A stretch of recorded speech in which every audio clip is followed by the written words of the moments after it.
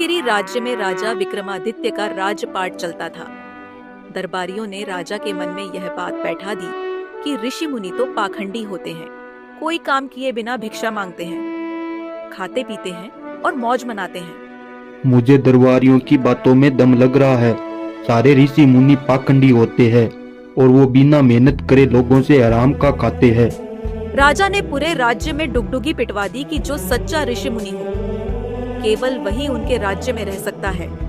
जो सच्चा ऋषि मुनि नहीं है उसे संन्यास छोड़कर विवाह करना पड़ेगा। अगर कोई सच्चा ऋषि मुनि है तो उसे राजा के 3 प्रश्न के उत्तर देने होंगे। जो सही जवाब देगा उसे ही इस राज्य का सच्चा ऋषि माना जाएगा। और मेरे सवाल ये है कि ऋषि और गृहस्थ कैसा होना चाहिए तथा ऋषि मुनि बनना ठीक है या गृहस्थ?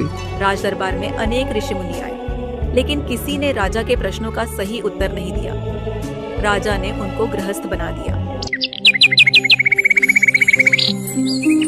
एक दिन प्रातः काल ही एक सिद्ध मुनि राजमहल के द्वार पर पहुंचा। द्वारपाल उसे राजा के पास ले गया। राजा ने उसके आगे भी अपने सवाल बखान किए।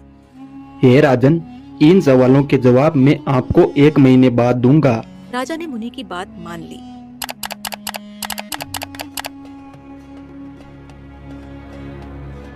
एक महीने बाद सिद्ध मुनि राजा के पास गया और बोला, राजन, आपको अगर तीनों प्रश्नों के उत्तर चाहिए तो आपको मेरे साथ चलना होगा।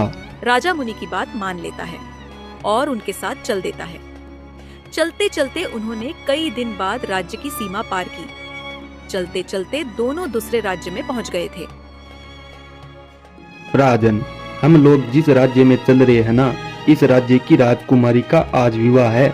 चलो हम उस विवाह को देखकर आगे बढ़ते हैं। राजकुमारी मंडप में जयमाला लेकर आई और उसने उस सिद्ध मुनि के गले में डाल दिया। अरे भाई, राजकुमारी ने ये क्या कर दिया? वो मुन्नी है, सन्यासी है। लगता है राजकुमारी ने गलती से माला डाल दी है। मुनि ने वो जयमाला निकालकर राजकुमारी को दे दी। चारों तरफ घूमकर राजकुमारी ने जयमाला दूसरी बार भी उस सिद्ध मुनि के गले में डाल दी और ऐसा ही तीसरी बार हुआ। आखिर स्वयंवर में उपस्थित राजकुमारों ने कहा कि अब राजकुमारी का विवाह इस मुनि के साथ ही होगा।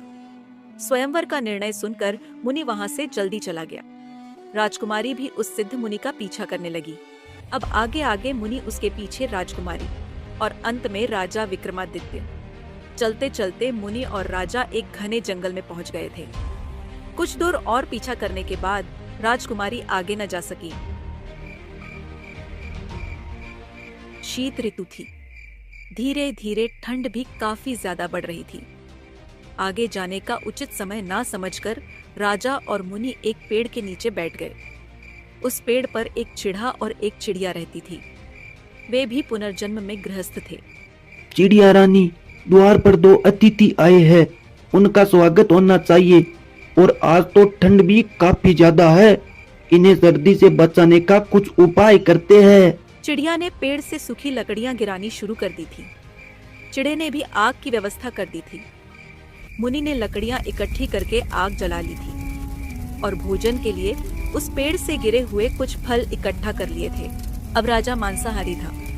चिड़िया रानी, मुझे लगता है राजा को फल खाना अच्छा नहीं लगता है। हमारा धर्म है कि मेहमान को हम भूखा नहीं रखते हैं, इसलिए मैं राजा का खाना बनने जा रहा हूँ। ऐसा बोलकर चिढ़ा आग में गिर पड़ा। मुनि ने तो फल खाकर अपना पेट भर लिया था, लेकिन राजा अभी भी भूखा था। तब चिड़िया भी उसी अग्नि में जाकर गिर जाती है। चिड़िया को खाकर राजा के पेट की भूख शांत हो गई। दोनों पेट पूजा करके उसी वृक्ष के नीचे सो गए। अगली सुबह राजा और वो सिद्ध मुनि अपनी यात्रा के लिए वहां से निकल गए थे। चलते चलते वो उस राज्य के नगर के पास आ गए थे। तभी उन्हें रास्ते में उस राज्य का राजा अजीत सिंह मिल जाता है, जो जंगल में शिकार करके वापस अपने महल लौट रहा था। विक्रमादित्य और अजीत सिंह एक दूसरे के नजदीकी मित्र थे। अरे मित्र, आज तुम हमारे राज्य में, अगर कोई काम था तो मुझे बुला लिया होता। अरे नहीं मित्र, हम तो बस ऐसे ही प्रजा का हालचाल जानने निकले थे, फिर सोचा तुमसे मिलकर चले, लेकिन तुम तो हमें रास्ते में ही मिल गए। अरे चलो मित्र, हमारे महल की ओर चलते हैं। नहीं मित्र, हम अभी आपके महल नहीं आ सकते हैं। तुम जाओ, हम कभी तुम्हारे लिए भेंट लेकर तुम्हारे राज दरबार आएंगे। ऐसा सुनकर राजा अजीत सिंह अपने महल की ओर निकल जाता है। हे मुनिराज, आपने अभी तक मेरे तीनों प्रश्नों का उत्तर नहीं दिया है, बस मुझे इधर से उधर चक्कर कटवा रहे हो। राजन, आप पहले प्रश्न के उत्तर ढूंढ चुके हो। मैं समझा नहीं महामुनि, आप कहना क्या चाहते हो? हे मूर्ख राजा, मेरे बर्ताव को देखकर तुम्हें नहीं लगा कि एक ऋषि मुनि कैसा होना चाहिए? गरज चिड़ा और चिड़िया जैसा हो, जो अतिथि के लिए खुद भोजन बन गए। इसीलिए सच्चा ऋषि मुनि हमेशा त्यागी होता है। लेकिन महामुनि जी, ये मेरे एक प्रश्न का उत्तर हुआ, बाकी दो प्रश्नों के उत्तर आपने नहीं दिया है। हे राजन, आपके पहले प्रश्न के उत्तर में ही दोनों प्रश्न के उत्तर छुपे हुए हैं। आपके दूसरे प्रश्न का उत्तर है, गृहस्थ को भी हमेशा त्यागी होना चाहिए, क्योंकि अगर वो त्याग नहीं करेगा तो उसका जीवन व्यर्थ है। और रही मुनि और गृहस्थ बनने की बात, तो ये अपनी अपनी पसंद है, जो जैसा बनना चाहे। ये आपके तीसरे प्रश्न का उत्तर है। महामुनि जी, मेरे तीनों सवालों का उत्तर मुझे बखूबी मिल गया है। आप मेरे साथ राजमहल प्रस्थान करें। ऐसा बोलकर राजा विक्रमादित्य और मुनि महल की ओर निकल जाते हैं।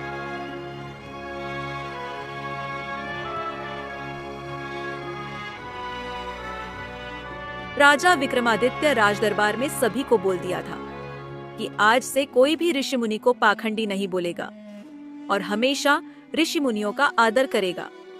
अगर राजा का आदेश किसी ने तोड़ने की कोशिश की तो उसे कारावास में डाल दिया जाएगा।